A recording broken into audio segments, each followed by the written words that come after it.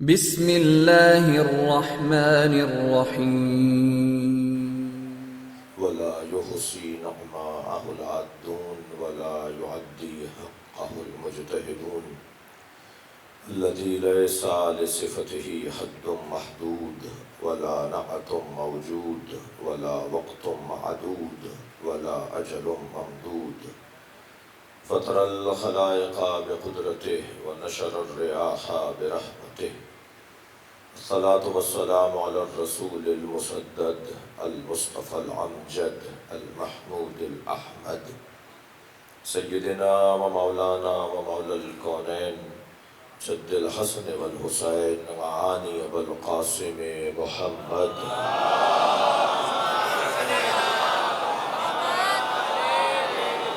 وآله الطيبين الطاهرين المعصومين الذين قال الله إنما يريد الله ليذهب عنكم الرجس أهل البيت ويطهركم تطهيرا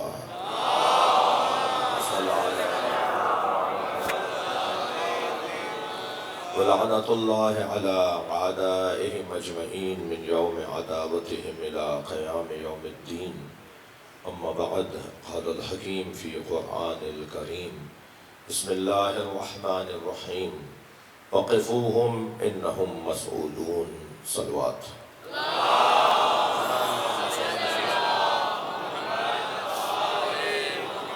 ایک اور بلند صلوات ہوتی ہے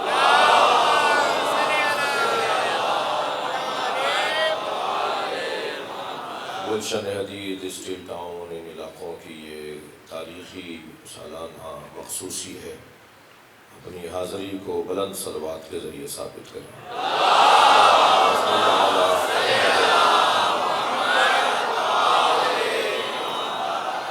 مشکل کشا کی مجلس شہادت ہے حاجات کو ذہن میں لائیے اپنی اپنی حاجات کو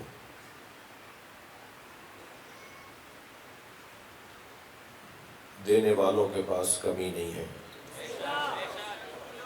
اپنی حاجات کو ذہن میں رکھتے ہوئے مریضوں کی شفا یابی کے لیے خاص طور پر یہ شاہد اقبال کاظمی علیل ہیں ان کی شفا کے لیے اپنی اپنی حاجات کو ذہن میں رکھتے ہوئے خضوع و خشوع کے ساتھ جتنا دل کی گہرائیوں سے ممکن ہے بلند صلوات عطیہ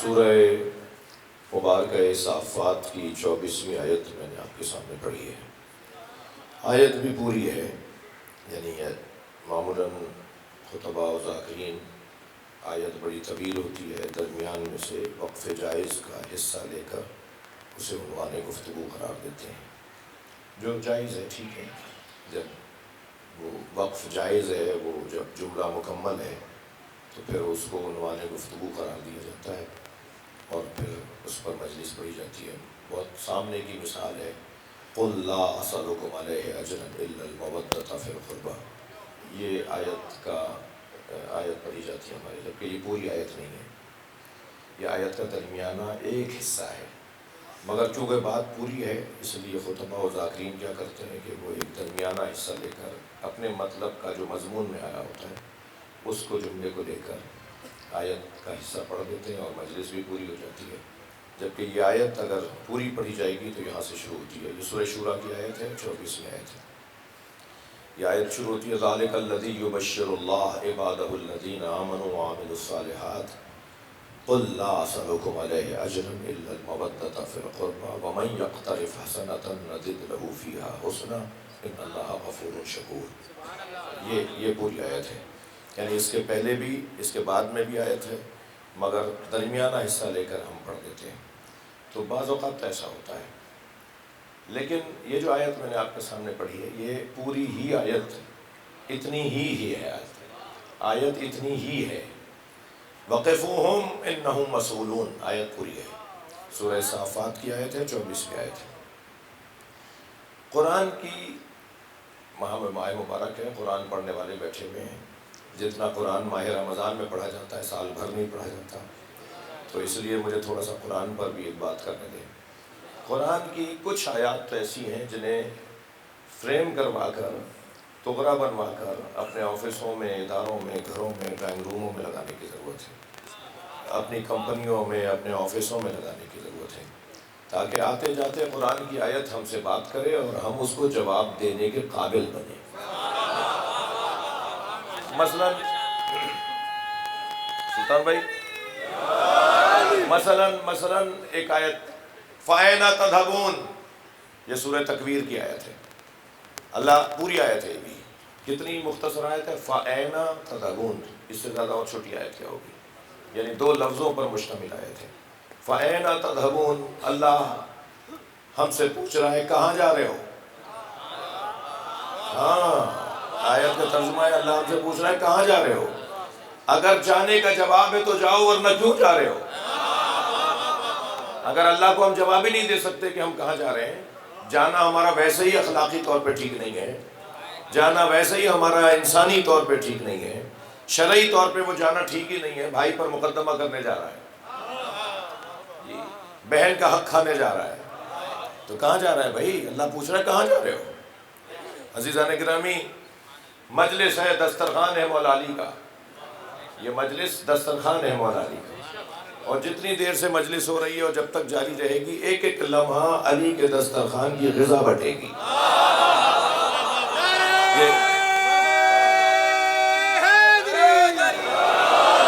یہ مصرے نہیں ہوتے، یہ اشعار، نوحے، سلام، یہ مصرے نہیں ہوتے، یہ علی کے دسترخوان کی غذائیں ہوتی ہیں۔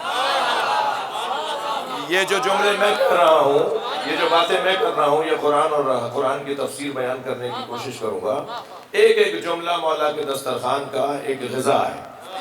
اب جتنا بڑا مجمع بیٹھا ہے نا، ہر ایک اپنے پسند کی غذا لے کر جائے گا۔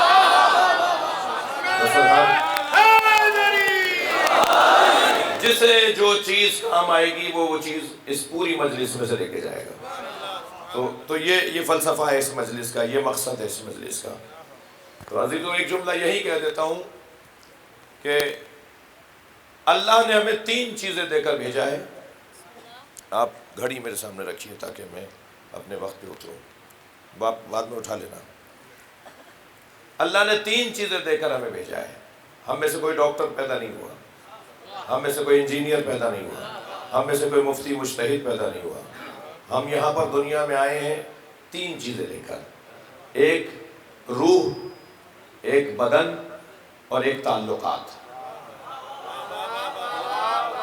تھوڑی گردن ہلا دینا بات جائے تو۔ ہم لوگ دنیا میں کوئی پڑھے لکھے نہیں آئے، ہم جاہل پیدا ہوئے ہیں، ہم بزدل پیدا ہوئے ہیں، ہم کنجوس پیدا ہوئے ہیں، ہم غیرت لے کر نہیں آئے۔ پڑوس کی عورت اٹھا کے لے جاتی تھی، ہمیں پتہ ہی نہیں چلتا تھا۔ ہم غیرت لے کر نہیں آئے، ہم یہ کمالات وہاں سے لے کر نہیں آئے، ہم علم لے کر نہیں آئے۔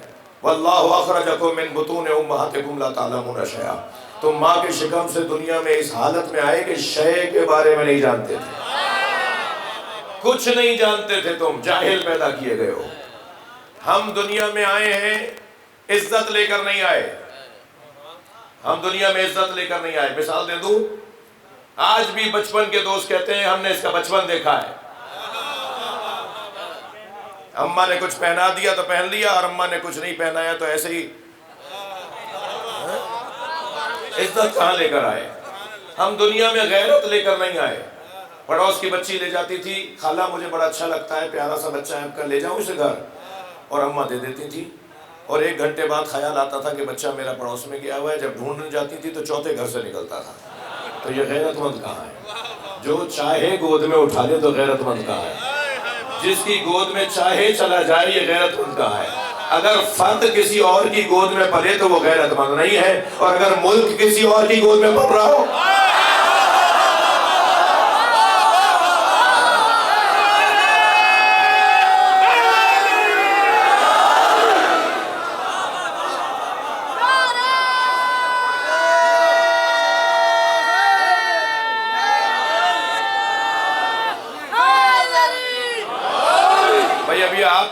آپ کا یہ جو رسپانس ہے، یہ جو رد عمل ہے، یہ جو خوشی کا اظہار ہے، یہ جو میرے جملے کی تائید ہے، یہ پیغام ہے پاکستان کے ذمہ داروں کے لیے۔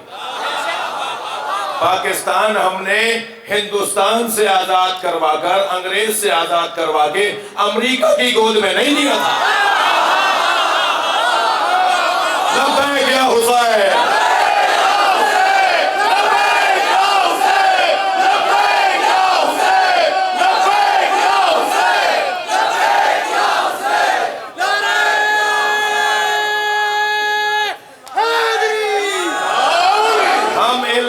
نہیں آئے، ہم عزت لے کر نہیں آئے، ہم غیرت لے کر نہیں آئے، ہم شجاعت لے کر نہیں آئے۔ ذرا اس چھوٹے سے بچے کے آگے ذرا اونچی آواز میں تو بات کیجئے، یہ اتنا بڑا شجاع ہے جی۔ ایسے ہی تھے نا ہم بھی، اگر پٹاخہ پھوٹ جائے، کوئی دھماکہ ہو جائے، کوئی اونچی آواز میں بات کرے تو رو پڑتا تھا یہ۔ تو ہم شجاعت کہاں لے کر آئے؟ ہم بہادر کب پیدا ہوئے؟ ہم تو شجاعت اللہ کے یہاں سے لے کر نہیں آئے، ایسے ہی ہم سخاوت بھی نہیں لے کر آئے۔ آپ اپنے ہی پوتے کو ٹافی دے کر واپس مانگ کر دکھائیے، پتہ چل جائے گا کتنا سخی ہے۔ آپ ہی دکان سے ٹافی خرید کر لائیں اپنے بچے کے لیے، نواسے کے لیے، پوتے کے لیے، اپنے چھوٹے بچے کے لیے، اسے ٹافی دیں۔ یہ بچی بیٹھی ہے مثلا، اسے ٹافی دیں، اور جب یہ ٹافی ریپر کھول کے کھانے لگے تو اس سے کہیں مجھے دے دو، یہ آپ کی دی ہوئی آپ کو نہیں دے گی۔ کیوں؟ اس لیے کہ پیدائش طور پہ سخی نہیں ہے۔ بس عزیزان گرامی، میں یہاں ایک نتیجے کا جملہ دے رہا ہوں، جب ہم یہ پانچ کمزوریاں لے کر آئے ہیں دنیا میں، تو پھر اللہ تو ہمیں باکمال دیکھنا چاہتا ہے۔ یا اللہ، ایک جانب تو ہمیں باکمال دیکھنا چاہتا ہے، ایک جانب تو نے ہمیں ناقص پیدا کیا ہے، یعنی کمزوریوں کے ساتھ پیدا کیا ہے۔ ضعف ہے نا، یہ کمزوری ہے نا، قرآن نے کہا ہم نے تو ضعیف خلق کیا ہے، اسے کمزور خلق کیا ہے۔ ایک جانب ہمیں اللہ نے کمزور خلق کیا، ایک جانب ہمیں باکمال دیکھنا چاہتا ہے، تو بھائی یہ دونوں باتیں کیسے جمع ہوں گی؟ تو عجب نہیں آواز آئے، میں تمہیں ایک بڑی نعمت دوں گا جسے حب علی کہتے ہیں۔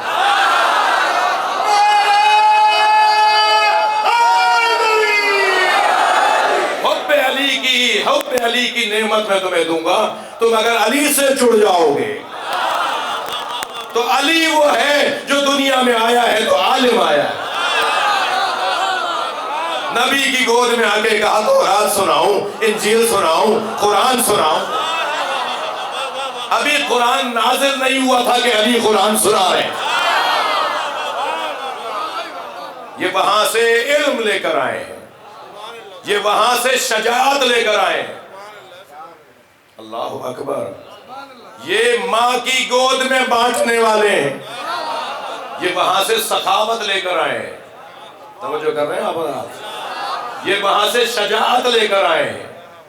شجاعت کا تو عالم یہ ہے کہ ابھی پہلا دن تھا مولا علی کا، خانہ کعبہ سے حضرت ابو طالب لے کے نکلے تو مکے کے کافروں اور مشرکوں نے کہا کہ مکے کا پرانا دستور ہے کہ جب مکے میں کوئی بچہ پیدا ہوتا ہے تو اسے ایک پتھر پر لٹا دیتے ہیں، ایک سانپ نکل کر آتا ہے۔ اگر سانپ سے وہ بچہ ڈر جاتا ہے تو کہتے ہیں ماں باپ نے خطا کی ہے، اور اگر سانپ سے بچہ ڈرتا نہیں ہے تو ماں باپ کی تعریف ہوتی ہے کہ یہ حلال زادہ ہے۔ ابو طالب جب یہ قاعدہ سب کے لیے ہے تو تمہارے لیے بھی ہے۔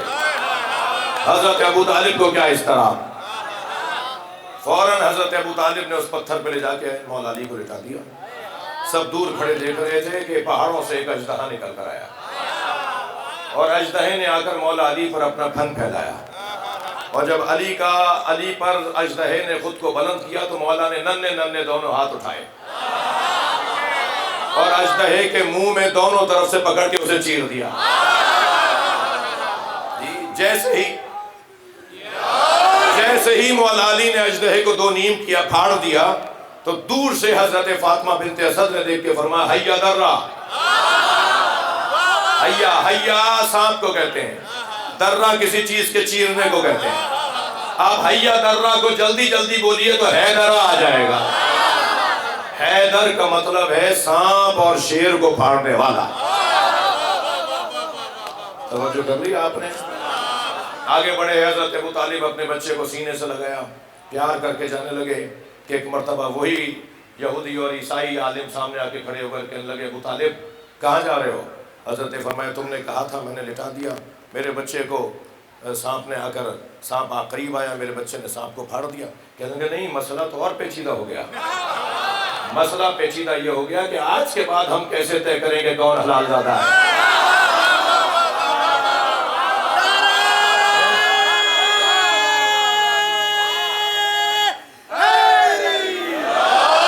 آج کے بعد ہم کیسے طے کریں گے کون حلال زادہ ہے. تو فوراً ابو طالب کے برابر سے میرے مولا نبی کی آواز آئی. سرکار دو جہاں نے فرمایا چچا ان سے کہہ دیجئے، چاچا جان ان سے کہہ دیجئے، آج کے بعد یہی بچہ کسوٹی ہے. جو اس کا ذکر سنے آج کے بعد یہی بچہ کسوٹی ہے. اس کا ذکر سن کے جس کا چہرہ کھل جائے وہ مومن ہے.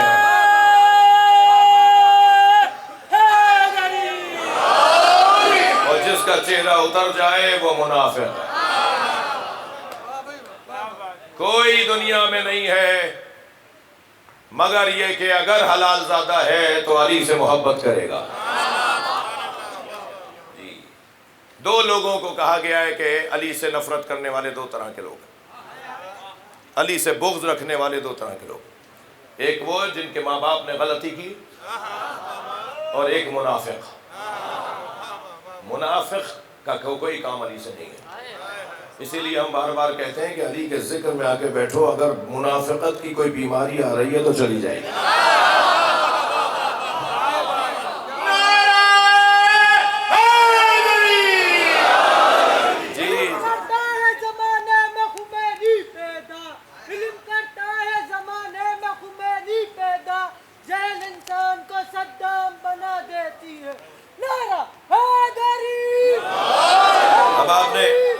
اب آپ نے کیونکہ توجہ سے سنا تو مجھے یاد آ گیا. جی فرمائیں. قلم ملتا پیغمبر کو تو ایسا کام کر جاتے. قلم ملتا پیغمبر کو تو ایسا کام کر جاتے. منافق موت سے پہلے ہی موت مر جاتے. منافق موت سے پہلے ہی اپنی موت مر جاتے. رجب کی 13ویں کو علی آتا نہ کعبے میں تو یہ حاجی حج کرنے ابو طالب کے گھر جاتے. پنجری نعرہ حیدری. حدیث آپ کو ہدیہ کر رہا ہوں. حدیث بھی شیخ صدوق نے لکھی ہے. یعنی ہمارے ہاں علماء جانتے ہیں، اہل دقت جانتے ہیں کہ ہمارے علماء میں شیخ مفید اور شیخ صدوق سخت مزاج، یعنی ہر بات نہیں لیتے تھے، اس کو تولتے تھے، پرکھتے تھے کہ یہ معیاری بات ہے یا نہیں، یہ مستند بات ہے یا نہیں، صحیح بات ہے یا نہیں. یعنی سند کے اعتبار سے جب ان کے نزدیک بات روشن ہو جاتی تھی تب وہ اپنی کتاب میں لکھتے تھے. تو شیخ صدوق اگر اس روایت کو لکھیں تو کیا ہی کہنا. سوا روایت کہتی ہے کہ معصوم فرماتے ہیں ان اللہ جعل علیا علما، اللہ نے علی کو علم بنایا. علم تو آپ جانتے ہیں نا کسے کہتے ہیں. علم پاک لگا ہوا ہے نا، دور دور سے لوگ گزرتے ہوئے صرف اسے دیکھ کر پہچان جاتے ہیں کہ مسجد کس کی ہے.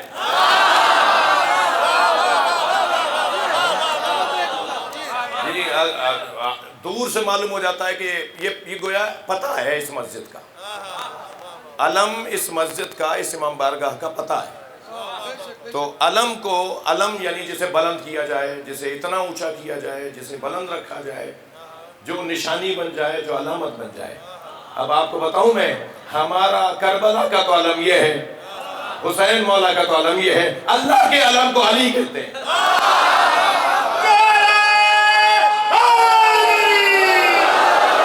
بھائی علم والے بیٹھے ہیں، ذرا دل تو خوش ہو جائے.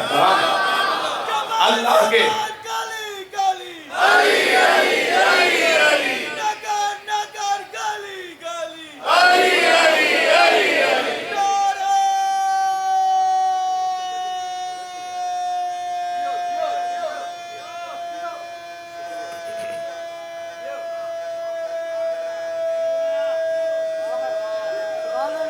ساتھ دیجئے.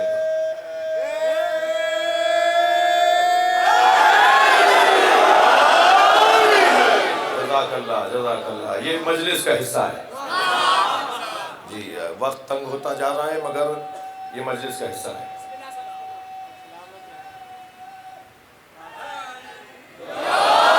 ان اللہ جعل علیا علما، اللہ نے علی کو علم بنایا ہے۔ علم میں نے یہ بھی مثال دے دی کہ اسے دیکھ کر ہم پہچانتے ہیں نا کہ کون ہے۔ جب علی علم ہے تو کس کے علم ہے؟ اور کہاں لگا ہوا یہ علم؟ تھوڑا گردن ہلاؤ بھائی، یہ علم کس کا علم ہے اور یہ لگا ہوا کہاں ہے؟ اللہ نے علی کو علم بنایا ہے بینہ و بین خلقہ، اپنے اور اپنی مخلوق کے درمیان۔ بڑی عنایت آپ کی توجہات کا معاملہ۔ اللہ نے علی کو اپنے اور مخلوق کے درمیان علم بنایا ہے، یعنی علی ہے جو اللہ تک پہنچاتا ہے، اور اللہ ہے جو علی کے ذریعے سے اپنی نعمتیں نازل کرتا ہے۔ اللہ نے اپنے اور علی بندوں کے درمیان علی کو علم بنایا۔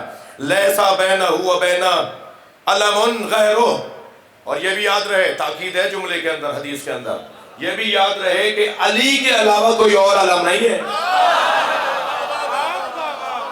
توجہ ہے آپ حضرات کی؟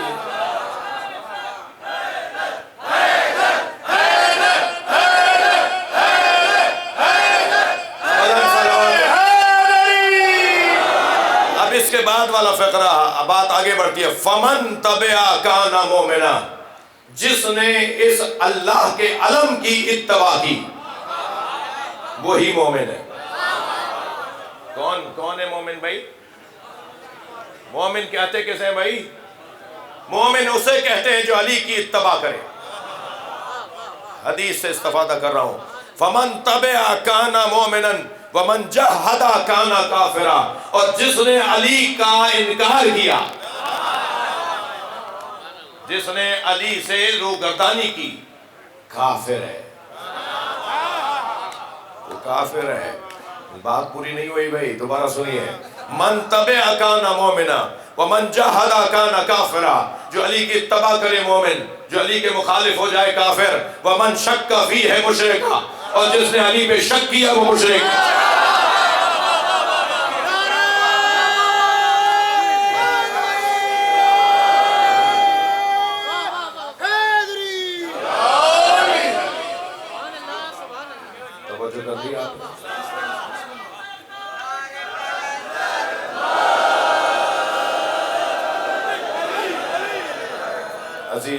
عزیزو، تکبر اللہ کو پسند نہیں ہے، تکبر اللہ کو پسند نہیں ہے۔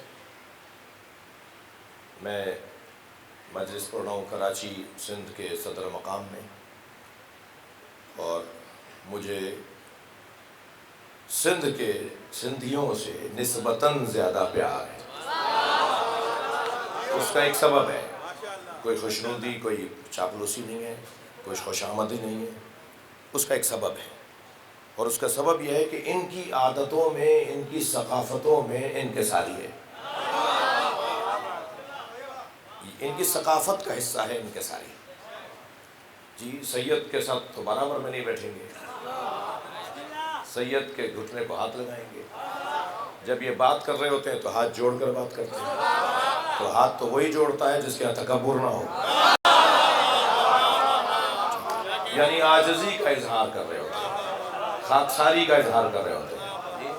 ان کے ہاں طبیعتاً، مزاجاً، ثقافتاً خاکساری پائی جاتی ہے، اور اللہ کو خاکسار لوگ بہت پسند ہیں، اللہ کو منکسر لوگ بہت پسند ہیں، اللہ کو فقیر لوگ بہت پسند ہیں۔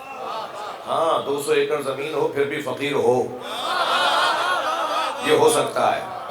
فقیر اشاعت بیٹھے ہیں جی، یہ آپ ہم میں بہت سے لوگ ہوں گے کہ جو زمیندار بھی ہوں گے، بڑی گاڑیوں میں بھی بیٹھتے ہوں گے، مگر اللہ چاہتا ہے کہ جتنا پیسہ ہو اتنا ہی تمہارے اندر فقر بڑھے۔ فقر کا مطلب مانگنا، فقیری مانگنے کو نہیں کہتے۔ یہ جو مانگنے والے روڈوں پہ کھڑے ہیں نا، یہ فقیر نہیں ہے، ذلیل ہے۔ فقیر مانگتا تھوڑی ہے، فقیر تو اپنے مولا پہ توکل بانٹتا ہے۔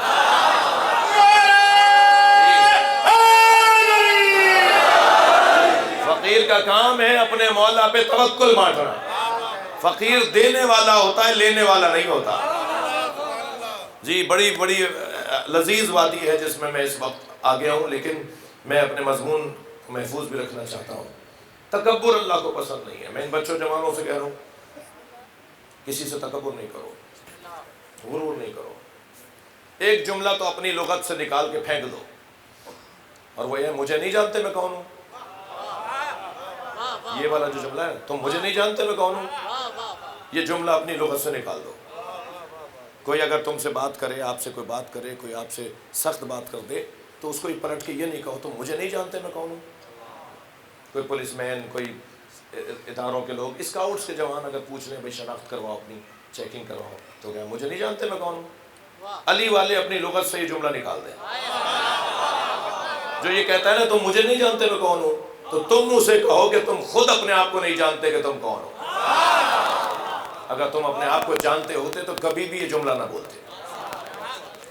تکبر اللہ کو پسند نہیں ہے۔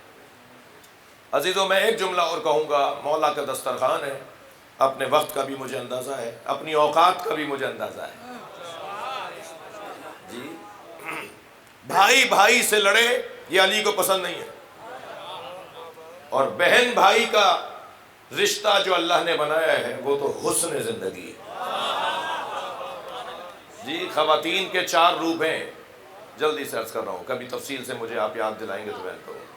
خواتین کے 4 روپ ہیں، میری بہنیں بیٹھی ہوئی ہیں۔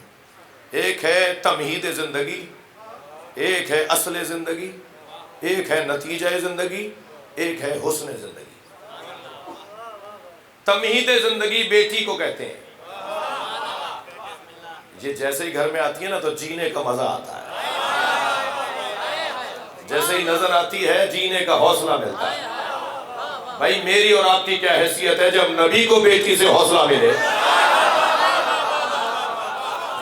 جب سرکار کہیں مجھے فاطمہ کو دیکھتا ہوں تو مجھے حوصلہ ملتا ہے۔ تو بیٹی تمہید زندگی ہے۔ بیٹیوں والے گردن لٹکا کے نہ چلا کریں جی، بیٹی ہونے پر گردن نہ لٹکاؤ۔ ایک صاحب کے 6ٹھی بیٹی ہوئی تو وہ لڈو بانٹ رہے تھے، تو کسی نے کہا صاحب یہاں تو پہلی بیٹی ہو جائے تو گردن لٹک جاتی ہے، آپ 6ٹھی بیٹی پہ بھی لڈو بانٹ رہے ہیں۔ تو کہنے لگے کہ اللہ کا شکر ادا کر رہا ہوں کہ اللہ مجھے بیٹیوں پر بیٹیاں دے رہا ہے۔ بیٹوں کو پڑھانا پڑتا ہے، بیٹی وہاں سے پڑھ کر آتی ہے، محبت پڑھ کر آتی ہے، احساسات پڑھ کر آتی ہے، جذبات پڑھ کر آتی ہے جی۔ بیٹی بہت بڑی اللہ کی رحمت ہے، تمہید زندگی۔ دوسرا، جب یہ روپ بدلتی ہے تو یہ اصل زندگی میں ڈھلتی ہے، جسے زوجہ کہتے ہیں۔ اصل زندگی زوجہ ہے۔ پھر جب یہ روپ بدلتی ہے تو اس کو کہتے ہیں نتیجہ زندگی، جسے ماں کہتے ہیں۔ ماں نتیجہ زندگی ہے، مگر ان تینوں کا حسن ہے حسن زندگی، جسے بہن کہتے ہیں۔ بہن زندگی کا حسن ہے۔ جن کے گھروں میں بہنیں نہیں ہیں، یا جو بہنوں کا دل توڑ رہے ہیں، ناراض ہو جائیں تو مجھے کوئی فرق نہیں پڑتا، اور ظاہر ہے ناراض تو وہی ہوگا جہاں پانی مرے گا۔ آپ ناراض کیوں ہوں گے؟ جو بہنوں کا مال کھاتے ہیں، کیا بات ہے، جو بہنوں کا مال کھاتے ہیں، جو بہنوں کا مال کھاتے ہیں، نہ ان کی نمازیں جائز، نہ ان کے روزے جائز، اور گھبرائیے گا نہیں، جب اللہ کی عبادت جائز نہیں ہے تو علی کا ماتم جائز کیسے ہو؟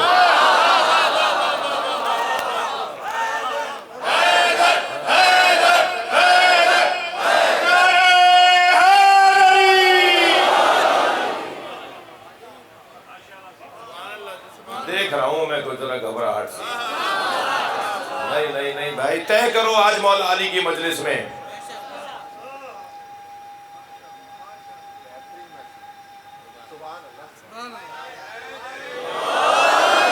یہ نعرہ تو اچھا لگا ہی نہیں، کیونکہ بہنوں کی بات ہو رہی ہے۔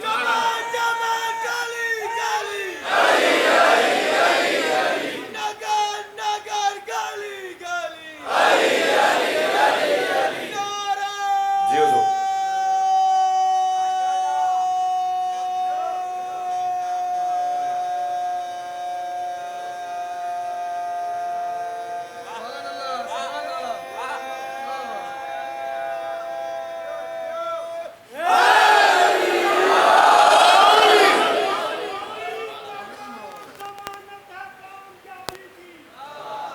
کا نام ضمانت ہے کامیابی کی. علی کے عشق میں جنت ضرور ملتی ہے. علی کے بک میں تو چھوٹ ملے یا نہ ملے. مگر یہ طے ہے کہ لوٹ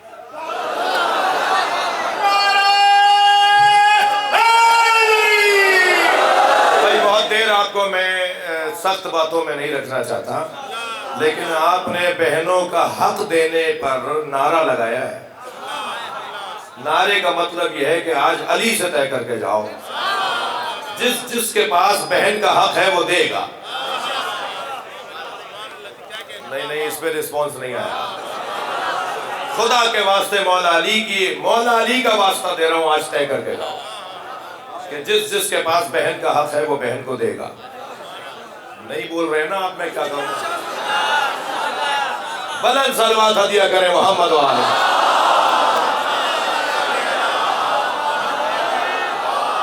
اور بلند صلوات مولا علی کے ذات پہ.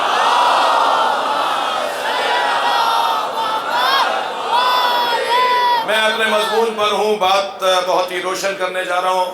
تکبر اللہ کو پسند نہیں ہے. صحیح ہے؟ تکبر وہ کرے، میں ایک پیغام دینے کے لیے تمیز بات رہا ہوں. تکبر وہ کرے جس جیسا کوئی نہ ہو. توجہ ہے؟ متکبر وہ بنے، تکبر وہ کرے جس جیسا کوئی نہ ہو. تو کون ہے دنیا میں جس جیسا کوئی نہیں ہے؟ آپ بڑے بڑے باکمال لوگوں کی فہرست بنائیے، تاریخ میں ڈھونڈیے، دنیا میں آپ کو کوئی نہیں ملے گا جس جیسا کوئی نہ ہو. میری اور آپ کی حیثیت کیا ہے جب علی جیسے کہ فاطمہ کہا جائے؟ مولا علی تکبر نہیں کریں گے، اس لیے کہ علی جیسے کا نام فاطمہ ہے. بی بی زہرا مولا علی جیسی ہیں.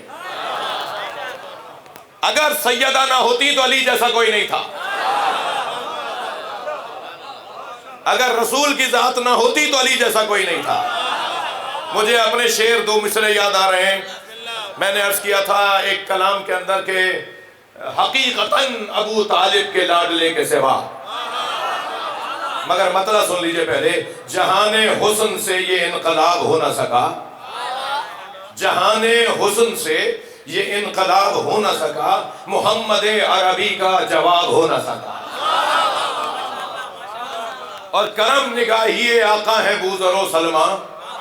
توجہ، کرم نگاہی آقا ہے بوذر و سلمہ، وہ ذرہ کیا جو یہاں آفتاب ہو نہ سکا.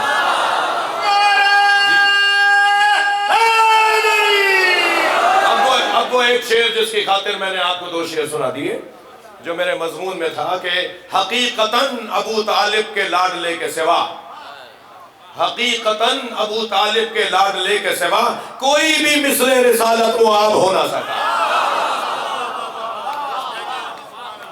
جس جیسا کوئی نہ ہو وہ تکبر کرے. علی جیسی سیدہ، علی جیسے نبی، نبی جیسے علی، تو یہ گھرانہ تکبر نہیں کرے گا. جب یہ گھرانہ تکبر نہیں کرے گا تو پھر ہماری کیا حیثیت ہے؟ تو تکبر یہ گھرانہ نہیں کرے گا، یہ گھرانہ فخر کرے گا. تکبر اور ہے، فخر اور ہے. تھکے نہیں بیٹھے تو جملہ کہو. انسان 5 چیزوں پہ تکبر کرتا ہے، 5 چیزوں پہ تکبر کرتا ہے. تکبر کی 5 سبب بنتی ہیں چیزیں، 5 چیزیں سبب بنتی ہیں تکبر کرنے کی. سب سے پہلی چیز یا سب میں سے ان میں سے ایک چیز زمین. زمیندار ہیں صاحب، آبا و اجداد سے اتنی زمینیں چلی آ رہی ہیں، زمیندار ہیں، جاگیردار ہیں، زمین ہے. زمین تکبر کا سبب بنتی ہے. دوسری چیز غذا، کھانے بہت ہیں ان کے پاس، دسترخوان بڑا ہے ان کے پاس، طرح طرح کے کھانے کھاتے ہیں. غذا سبب بنتا ہے تکبر کا. تیسری چیز جو تکبر کا سبب بنتی ہے وہ ہے سواری، گاڑی. مہنگی گاڑی میں بیٹھ کر آئے اس لیے ٹیڑے ٹیڑے چل رہے ہیں. تکبر کا ایک سبب گاڑی. گنوائیے میرے ساتھ. کیا؟ زمین، غذا، گاڑی. چوتھی چیز بتاؤں؟ مکان.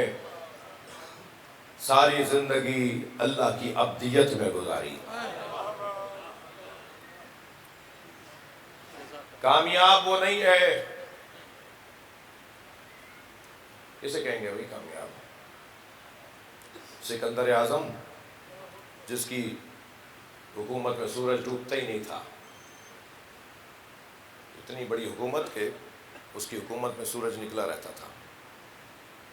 جہاں ڈوبے گا تو کہیں نکلے گا نا، تو جہاں نکلتا تھا وہ بھی حکومت اس کی، جہاں ڈوبتا تھا وہ بھی حکومت اس کی.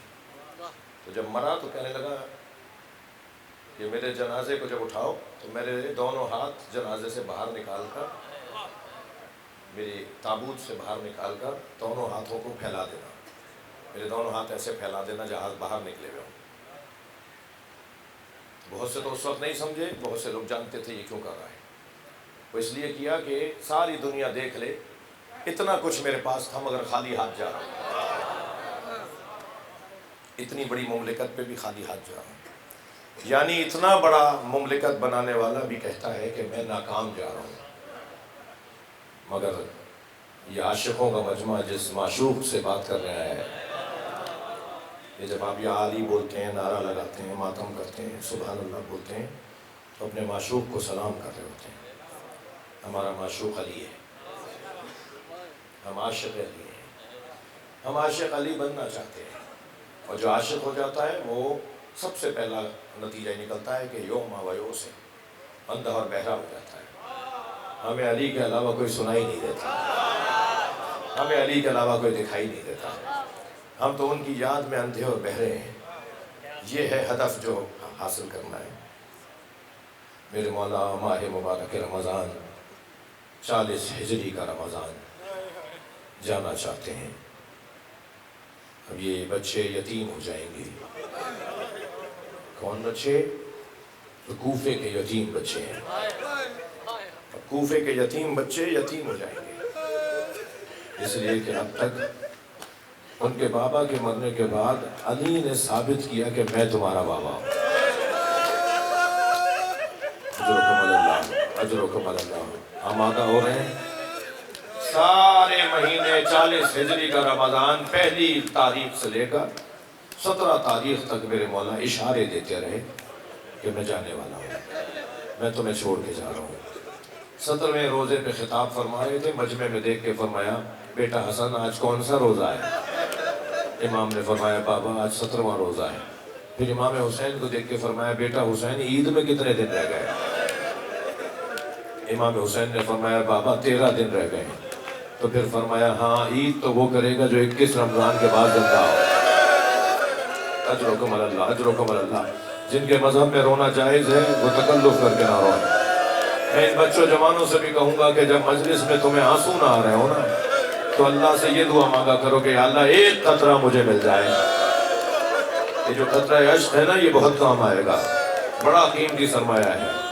میرے مولا بازار سے گزر رہے، ایک انصاری کی دکان سے ایک صحابی نکلا، اس کے ہاتھ میں کچھ سامان تھا. حضرت نے فرمایا کیا خریدا ہے؟ کہنے لگا مولا میں نے خضاب خریدا ہے، میری داڑھی سفید ہو گئی ہے، میں اس کو رنگ کرنے کے لیے خضاب لے کر آیا ہوں. جب اس نے کہا نا میں نے خضاب خریدا ہے داڑھی رنگنے کے لیے، تو مولا نے اپنی داڑھی پہ ہاتھ پھیرا اور فرمایا کچھ لوگ تو خضاب سے داڑھی کو رنگین کریں گے اور کسی کی داڑھی اس کے سر کے خون سے رنگین ہو. اجرکم اللہ. مجلس میں اولاد والے بیٹھے ہیں، بیٹیوں کا باپ سے پیار اور باپ کا بیٹیوں سے پیار یہ فطری مسئلہ ہے. بیٹیاں باپ سے زیادہ لپٹتی ہیں، باپ بھی بیٹی سے زیادہ پیار کرتا ہے. فرمایا اے حسن اپنی بہن سے کہو، ام کلثوم سے کہو کہ آج میں تمہارے گھر افطار کروں. 18واں روزہ میرے مولا علی نے اپنی بیٹی کے گھر افطار کیا. اور جب افطار کے لیے بیٹی کو خبر گئی ہوگی تو میں پوچھ سکتا ہوں کتنی خوش ہوئی ہوں گی جناب ام کلثوم. بیٹیوں اور باپ کا پیار تو آپ نے بہت دیکھا ہے نا. کربلا میں ایک منظر دیکھا نا آپ نے، ذوالجناح خبر شہادت جب لے کر آیا تو ڈھونڈ رہا تھا سکینہ کہاں ہے. اسی خیمے پہ جا کے رکا جس خیمے میں جناب سکینہ تھی. اجرکم اللہ. جناب ام کلثوم نے بابا کے لیے کیا کیا سوچا ہوگا، یہ بھی بنا لوں وہ بھی بنا لوں. مگر بار بار خیال آتا ہوگا کہ بابا کے دسترخوان پہ تو اتنی چیزیں نہیں ہوتی، بابا تو پسند ہی نہیں کرتے کہ دسترخوان بہت بڑا ہو، بابا تو سادہ دسترخوان پسند کرتے ہیں۔ تو پھر جناب ام کلثوم نے دسترخوان پہ جو کی روٹی جو مولا علی کو بہت پسند تھی، ایک ظرف میں نمک اور ایک کاسے میں دودھ رکھ دیا۔ جب مولا علی آ کر بیٹھے نا، دسترخوان کو دیکھا، افطار کرنے جا رہے ہیں علی، تو میرے مولا نے دسترخوان کو دیکھ کر بی بی ام کلثوم کو دیکھا، فرمایا بیٹا تم نے بابا کو بھلا دیا، تمہارے بابا کے دسترخوان پہ تو اتنی چیزیں ہی نہیں ہوتی۔ کہ بابا کیا چیز رکھی ہے، میں نے کیا رکھا ہوا ہے؟ تو کہا نہیں اسے کم کرو، اسے کم کرو۔ تو جناب ام کلثوم فرماتی ہے کہ میں نے چاہا کہ نمک اٹھا لوں تاکہ بابا روٹی اور دودھ سے افطار کر لیں، تو فرمایا نہیں دودھ اٹھا لو، اس لیے کہ کوفے میں بہت یتیم بچے ہیں جنہیں پینے کو دودھ نہیں ہے۔ قربان جائیں علی پر۔ ساری رات میرے مولا عبادت میں مصروف رہے، اجر و کمال اللہ، ساری رات میرے مولا عبادت میں مصروف رہے، اور پھر جیسے ہی صبح صادق نمودار ہوئی تو صحن میں آ کر ایک ستارہ تلاش کیا، ستارہ نظر آیا تو کچھ بولے۔ بی بی ام کلثوم کچھ عقب میں کھڑی تھی، قریب آ کر کہتی ہیں میں نے سنا کہ بابا کچھ بول رہے ہیں، کیا کہہ رہے ہیں؟ تو بابا کہہ رہے تھے ہذہ اللیلۃ التی قد وعدت، یہ وہی رات ہے جس کا مجھ سے وعدہ کیا گیا۔ تو بی بی سے رہا نہیں گیا، بی بی نے فرمایا بابا کون سی رات ہے؟ کہا ام کلثوم جب یہ رات تمام ہوگی نا تو تیرے بابا کے سر پہ ضربت لگے گی اور تیرے بابا کا سر کا خون تیرے بابا کے چہرے پہ آ جائے گا اور میں اس ضربت میں شہید ہو جاؤں گا، اور یہ تمہارے نانا نے مجھے بتایا تھا۔ میرے مولا نے امامہ سر پہ رکھا، ابا دوش پہ لی، کمر میں پٹکا باندھا، نانے نے پیر میں لی، حجرے سے باہر آئے۔ جب حجرے سے گزرنے لگے نا تو ایک مرتبہ گزرتے ہوئے دیواروں کو دیکھا، پھر صحن میں آئے تو دیواروں کو دیکھا۔ جناب ام کلثوم کو مڑ کے دیکھا اور فرمایا بیٹا تیرے گھر کی در و دیوار میرا نوحہ پڑ رہا ہے، تمہیں آواز نہیں آ رہی، مجھے آواز آ رہی ہے، یہ گھر کے در و دیوار میرا نوحہ پڑ رہے ہیں۔ اور اس کے بعد کچھ آگے بڑھے تو مرغابیاں بطخیں پھڑپھڑاتی ہوئی قریب آئیں، اپنی چونچ میں مولا کی ابا کا دامن لے لے کے پیار اور بوسہ دینے لگی۔ میرے مولا نے فرمایا اے ام کلثوم تیرے گھر کی یہ مرغابیاں میرا نوحہ پڑھ رہی ہیں، یہ مجھ پہ گریہ کر رہی ہیں۔ انہیں پیار کیا، آگے بڑھے، زنجیر در نے لپٹ کر مولا کو روک لیا۔ دروازے میں جو زنجیر ڈالی جاتی تھی وہ زنجیر مولا کی کمر میں لپٹ گئی۔ مولا نے اسے کھولا تو پٹکا بھی کھل گیا۔ جب پٹکا کھولا تو دوبارہ باندھنے لگے، تو باندھتے ہوئے کہنے لگے اے علی اب موت کے لیے کمر کسو۔ اجر و کمال اللہ، اجر و کمال اللہ۔ بی بی نے آگے بڑھ کر کہا بابا بھائی حسن کو بھیج دیجئے، آج فجر کی نماز بھائی حسن پڑھا لیں۔ تو فرمانے لگے ام کلثوم جس کا میں مدتوں سے انتظار کر رہا تھا، اس گھڑی سے تم مجھے روک رہی ہو؟ گئے مولا اپنے گھر سے نکل کر مسجد کے اندر، مسجد کے اندر ابن ملجم مرادی اوندھا لیٹا ہوا تھا۔ میرے مولا نے آواز دے کر کہا اٹھ نماز کا وقت ہے۔ علامہ ذیشان حیدر جوادی کا بڑا عجیب جملہ ہے، وہ فرماتے ہیں جو علی اپنے قاتل کو بے نمازی پسند نہ کرے وہ اپنے چاہنے والے کو بے نمازی کیسے پسند کرے گا؟ آواز دی اٹھ نماز کا وقت ہے۔ ابن ملجم نے اٹھا مگر تلوار چھپاتے ہوئے اٹھا۔ علی محراب مسجد میں گئے، میں اپنے بھائیوں سے کہوں گا آفرین مرحبا تم نے یہ مجلس مسجد میں رکھی ہے۔ ہاں علی کی ضربت کی مجلس مسجد میں ہی ہونی چاہیے۔ میرے مولا محراب مسجد میں گئے، اجر و کمال اللہ۔ علی کی پہلی رکعت کا پہلا سجدہ، نمازی نماز کے لیے کھڑے ہوئے ہیں، علی مولا کے پیچھے جماعت کھڑی ہوئی ہے، پہلی رکعت کا پہلا سجدہ میرے مولا نے ابھی مکمل نہیں کیا تھا کہ فضا میں ایک تلوار بلند ہوئی، جو تلوار 1000 درہم میں خریدی گئی تھی، مہنگی تلوار خریدی گئی تھی، مہنگی تلوار۔ 1000 درہم کا مطلب ہے مہنگی تلوار جو اثر کرے، جو کاٹ ڈالے، سنیں گے عزیزانو۔ اور پھر 1000 درہم کا زہر خریدا گیا، تلوار کو آگ میں جلا جلا کے زہر میں بجھایا گیا، تلوار کو زہر پلایا گیا، وہ تلوار فضا میں بلند ہوئی اور علی کے سر پر آ کر لگی۔ یہاں علی کے سر پہ تلوار کا لگنا تھا، تلوار آدھے سر میں اتری۔ عزیزانو سنیے گا جملہ، جیسے ہی مولا کے سر پہ تلوار لگی علی کو درد نہیں ہوا، علی کو تکلیف نہیں ہوئی، بے ساختہ فرمایا فزت ورب الکعبہ، رب کعبہ کی قسم علی کامیاب ہو گیا۔ اجر و کمال اللہ۔ امام حسن آگے بڑھے، بابا کو سہارا دیا، فرمایا بیٹا نماز مکمل کرواؤ. میرے مولا محراب کی دیوار سے بیٹھے نماز پڑھ رہے ہیں. مگر سنیں گے میں نے آج ہی یہ جملے پڑھے, بہت رویا یہ جملے پڑھتے ہوئے. جب مولا مسجد کی دیوار سے ٹیک لگا کے نماز پڑھ رہے تھے نا تو بار بار دائیں بائیں گر رہے تھے. امام حسن وہاں نماز جماعت پڑھا رہے ہیں, مولا سر کا خون بہ رہا ہے, مولا نماز مکمل کر رہے ہیں, مگر غشی کی کیفیت بڑھ رہی ہے, کبھی دائیں گرنے لگتے ہیں کبھی بائیں, اور پھر دیوار پکڑ کے خود کو سنبھالتے ہیں. میں کہتا ہوں سلام ہو حسین پر, جب گھوڑے سے گر رہا تھا تو حسین کو سنبھالنے والا کوئی نہیں تھا. میرے مولا کو سنبھالنے والی پوری مسجد ہے. نماز مکمل ہوئی, مولا حسن نے میرے مولا کے سر پہ کپڑا باندھنا شروع کیا, پٹی باندھنا شروع کی. تو فرمایا بیٹا پہلے مجھے یہ بتاؤ میری داڑھی میرے خون سے رنگین ہو گئی؟ فرمایا ہاں بابا آپ کی داڑھی رنگین ہو گئی. تو فرمایا الحمدللہ, یہ وہی تو زخم ہے جس میں شہید ہو جاؤں گا. میرے مولا امام حسن نے فرمایا بابا گھر چلیں گے. امام نے فرمایا مجھے گھر لے جاؤ اور چاہنے والوں سے کہو کہ یہیں رہیں. جب مولا نے قدم اٹھائے نا, 2 قدم چل کے جو خیبر کو فتح کرنے والا تھا, جو خندق کو فتح کرنے والا تھا, وہ 2 قدم چل کے کہتا ہے مجھ سے چلا نہیں جا رہا. اے بیٹا حسن میرے پیروں میں دم نہیں ہے. میرے مولا نے قالین بچھایا, مولا کو قالین لٹایا, اجر و کمال اللہ. قالین اٹھا رہے تھے تو ایک قطرہ آنسو کا, امام حسن کے آنسو کا ایک قطرہ مولا علی کے چہرے پہ گرا. علی نے آنکھیں کھول کر دیکھا تو امام حسن رو رہے تھے.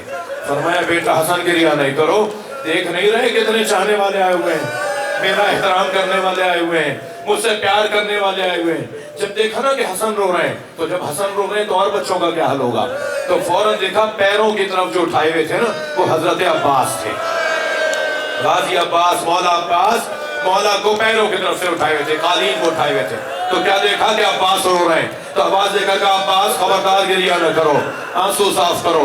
لیکن جب دیکھا عباس بھی رو رہا ہے, حسن بھی رو رہا ہے, تو ایک مرتبہ مولا نے دیکھنا شروع کیا حسین کہاں ہے. تو کیا دیکھا کہ حسین کی آنکھوں سے بھی آنسو ہیں. فرمایا حسین تمہارا رونا تمہاری ماں کو گوارا نہیں, خبردار میرے بچے گریہ نہ کرو. سارے رستے گھر کی طرف جا رہے ہیں لے کر, سارے رستے کبھی امام حسن سے, کبھی عباس سے, کبھی محمد حنفیہ سے, کبھی امام حسین سے فرماتے رہے بیٹا گریہ نہ کرو, بیٹا گریہ نہ کرو. گھر قریب آیا نا تو فرمان لگے مجھے وہاں لے جاؤ جہاں گھر میں نماز پڑھتا ہوں, میرے مصلے پر لے جا کے مجھے لٹا دو. جب مولا کو وہاں لٹا دیا تو فرمایا اب جو لوگ باہر کے آئے ہیں انہیں کہو کہ واپس چلے جائیں, اس لیے کہ زینب میرے پاس آئے گی. اجر و کمال اللہ. بہت گریہ کر لیا آپ نے عزادارو. جب گھر سے سب چلے گئے نا تو مولا کے اس حجرے میں جہاں علی نماز پڑھتے تھے وہاں علی کی بیٹیاں آنا شروع ہوئیں. سنیں گے عزادارو, جو علی سارے رستے بیٹوں سے کہتا ہرا کہ رونا نہیں, گریہ نہ کرو, وہ زینب کو دیکھ کے رو لیا. جناب زینب کو دیکھا. اجر و کمال اللہ, اجر و کمال اللہ. مجلس مکمل ہو گئی, بس ایک منزل اور میرے ساتھ آ جائیے. حبیب ابن عمر روایت کہتے ہیں کہ میں بڑی مشکلوں سے منت سماجت کر کے میں نے کہا مجھے علی دکھا دو. ابو حمزہ صومالی راوی ہیں اور جو صحابی ہیں وہ ہیں حبیب ابن عمر. وہ کہتے ہیں میں نے امام حسن سے ہاتھ جوڑ کر کہا مجھے علی دکھا دو, مجھے علی کی زیارت کرا دو. تو وہ اپنے گھر میں لے کر گئے تو پردے کے پیچھے بیویوں کو لے گئے. بیویاں پردے کے پیچھے تھیں اور میں علی کے قریب جا کے بیٹھا. میں نے سلام کیا تو انہوں نے میری آواز سن کے آنکھیں کھولی. تو جب آنکھیں کھولی تو میں نے ان کے چہرے میں اور جو پیلی پٹی بندھی ہوئی تھی اس میں فرق محسوس نہیں کیا. تو میں نے کہا مولا آپ کو کیسی تکلیف ہے؟ فرمایا مجھے کوئی تکلیف نہیں, کاش تمہاری آنکھیں وہ دیکھتی جو میں دیکھ رہا ہوں. تو میں نے کہا یا علی آپ کیا دیکھ رہے ہیں؟ فرمان لگے میں دیکھ رہا ہوں آسمان سے فرشتے اتر رہے ہیں. مجھے نظر آ رہا ہے کہ انبیاء اور مرسلین صفے باندھ رہے ہیں, اس لیے کہ علی آ رہا ہے. علی کے استقبال کے لیے انبیاء اور مرسلین صفے باندھ رہے ہیں.